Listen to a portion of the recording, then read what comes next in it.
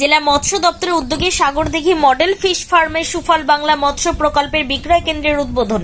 বুধবার বিকেলে ফিতে কেটে বিক্রয় কেন্দ্রের উদ্বোধন করা হয়।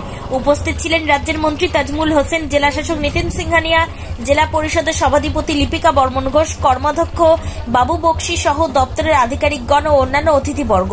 জেলা শাসক জানান, সুফল বাংলা প্রকল্পের মাধ্যমে বিক্রয় কেন্দ্র জেলায় এই প্রথম উদ্বোধন করা হলো। আরও 2 জায়গায় মৎস্য বিক্রয় কেন্দ্র খোলা হবে। প্রতিদিন সকাল 7টা থেকে 11টা পর্যন্ত এই বিক্রয় কেন্দ্র থেকে মানুষ সহজেই কম দামে টাটকা মাছ কিনতে পারবেন।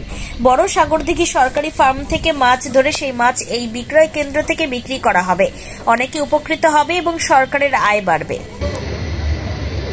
আমরা একটা মহতী অনুষ্ঠানের সূচনা পর্বে আমরা এখানে উপস্থিত হয়েছি। একটা নতুন দুয়ার আপনাদের সামনে উপস্থিত করেছি। বাবু